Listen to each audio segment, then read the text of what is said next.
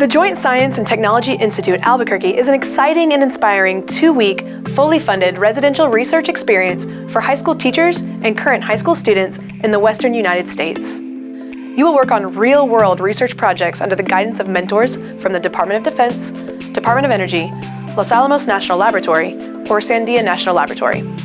During the day, your mentor will lead you in hands-on projects to expand your knowledge in an area of their expertise.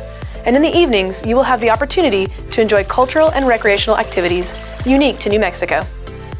The JSTI teacher activities take place at Los Alamos National Laboratory, while student activities take place at the University of New Mexico in Albuquerque. If you want to take your STEM teaching to the next level and experience research at a national lab, apply for the Joint Science and Technology Institute Research Program for teachers in Los Alamos. If you have high school students you'd like to have an experience which will ignite their passion for science, technology, engineering, and math, have them apply for the Joint Science and Technology Institute Research Program for students at the University of New Mexico.